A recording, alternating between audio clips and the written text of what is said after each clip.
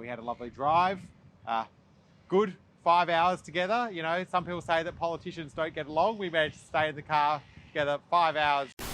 Patrick and I have just come nearly to the end of what's been a great southern regional road trip in our capacity as, in Patrick's case, Shadow Assistant Minister for Western Australia. I'm the Shadow Assistant Minister for the Environment.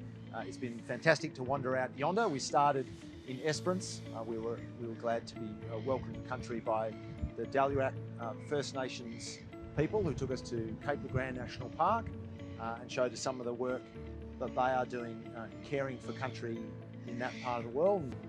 And we got to see some of the incredible environmental values and the biodiversity down in this part of the world. Lucky Bay Brewery, every brewery is impressive, but Lucky Bay are really doing some fantastic things in terms of local sourcing and new ways of brewing and putting new products into the market, and also a great tourism asset. And tourism has been one of the big things we've spoken about on this trip. We spoke to the Shire of Esperance, we've spoken to the City of Albany, where we are now, about tourism and how we make sure that we've got those tourism assets now and into the future. We had a lovely drive. Good 5 hours together. You know, some people say that politicians don't get along. We managed to stay in the car together 5 hours driving from Esperance here to Albany. And the first place that we got to when we hit here in Albany was to head out to the wind farm to see renewable energy in action. Something that Josh is very passionate about, has been very active on, and just seeing that that isn't just about our future, it's actually our present here in Albany.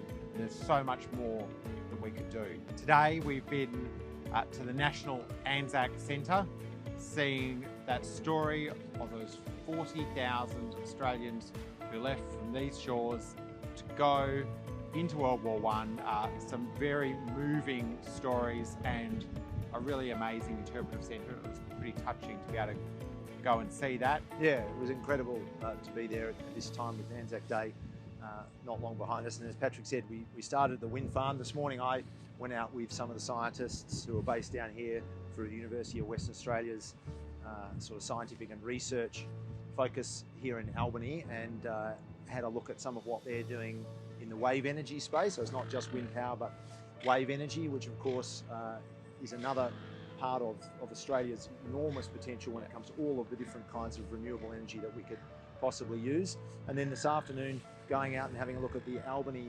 hatchery, where they are developing oyster spats, tiny little oysters seated onto enormous complicated structures of rope that will then go into aquaculture projects. At the other end of the food spectrum, I went and met with CBH to see their grain silos and the massive export operation they run here out of Albany, supporting our farmers, supporting our primary producers, and also helping feed the world. So it's been really good to see the operations that they run here as part of this great ongoing port that runs here at Albany. And I've also been to Lime Burners, a fabulous distillery that, again, using some of those grains, indeed, not all of it gets exported, some of it stays right here and is turned into delicious whiskey, gin and other things.